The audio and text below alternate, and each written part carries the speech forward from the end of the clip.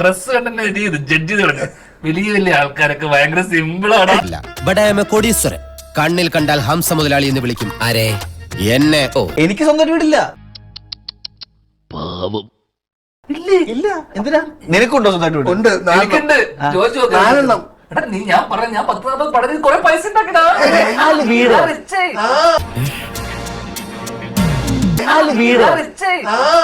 ചോദിച്ചു കോഴിക്കോട് തിരുവനന്തപുരം. എന്നാലും എന്റെ പൊട്ട നീ ഇതെങ്ങനെ?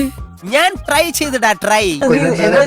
ഇദ്ദേഹം വലിയൊരു കോടീശ്വരനാണ്. അതെ അതെ, അംബാനിക്കൊപ്പം പണക്കാരനാണ്. അംബാനിയേക്കാൾ. ഓ, ഇത്തവണത്തെ ഇയറിലെ കണക്ക് നോക്കിയപ്പോഴല്ലേ? അതെ അതെ, അംബാനിയേക്കാൾ മേലെ പണക്കാരൻ. ഇദ്ദേഹത്തിന് ഒരുപാട് ഫാക്ടറീസ്, സ്റ്റാർ ഹോട്ടൽസ്, ബാറുകൾ, എന്തിന് റിസർവ് ബാങ്ക് വരെ ഇദ്ദേഹത്തിന് സ്വന്തമായിട്ടുണ്ട്.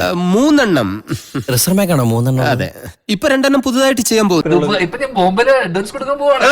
പണം എനിക്കൊരു പ്രശ്നമല്ല. സത്യം പറയാലോ, ഒരു മാസം തട്ടി മുട്ടി ജീവിച്ചു പോണെങ്കിൽ തന്നെ ഒരു 1.5 കോടി രൂപ വേണം. ഈ വീട് ഞാൻ മാറി ഒരു ദിവസം അവിടെ കിടക്കണം, പിന്നെ വീട്ടിൽ പോയി കിടക്കും. നീ ഇത്രയും ഭയങ്കരനായ വിവരം ഞാൻ അറിഞ്ഞില്ല. നമുക്കിപ്പോ ഒരു സ്ഥലത്തോട്ട് കുറച്ച് കഴിഞ്ഞ് റീലൊക്കേറ്റ് ചെയ്യണം. ഇന്നിപ്പോ നീ വിൽക്കും പോകുന്ന വിൽക്കില്ലെന്നോ? ഇല്ല, വിൽക്കില്ല. എന്ത് സംഭവിച്ചാലും ഞാൻ ഇനി ഏതെങ്കിലും പാട്ടുപെറുക്കികൾക്ക് വെറുതെ കൊടുത്താലും തനിക്ക് തരില്ല. ഞാൻ റീലൊക്കേറ്റ് ചെയ്യുന്ന എല്ലാ സ്ഥലത്തും എനിക്ക് വീടുകളുണ്ടല്ലോ. ഈ വീട് എന്ന് പറയുന്നതിനകത്ത് നമ്മൾ ഇൻവെസ്റ്റ് ചെയ്യുന്ന പൈസ അത് മറ്റേ ഷൂസ് വാങ്ങിച്ച്, കൂളിംഗ് ഗ്ലാസ് വാങ്ങിച്ച്, 4 ടീഷർട്ട് ഇട്ടിട്ട് റോഡ് സൈഡിൽ കിടക്കാം. ഇത് ഗ്ലാസ് വാങ്ങിയപ്പോ ഇതിനോടൊപ്പം ഫ്രീ കിട്ടിയതാ. 13 രൂപയായി. കാശ് നോക്കില്ല.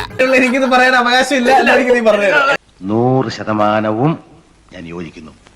നീ വാങ്ങിച്ച ഷൂസിന് ഒരു ബംഗ്ലാവ് പണിയാണ്. എന്റെ പൊന്നോ, ഈ ക്ലൈമറ്റിന്റെ കുഴപ്പമാണെന്നറിയില്ല. നീ ഈടെയായിട്ട് വളരെ ഇന്റലിജന്റ് ആയിട്ട് സംസാരിക്കുന്നു. അതെയോ, താങ്ക് യു, വെൽക്കം.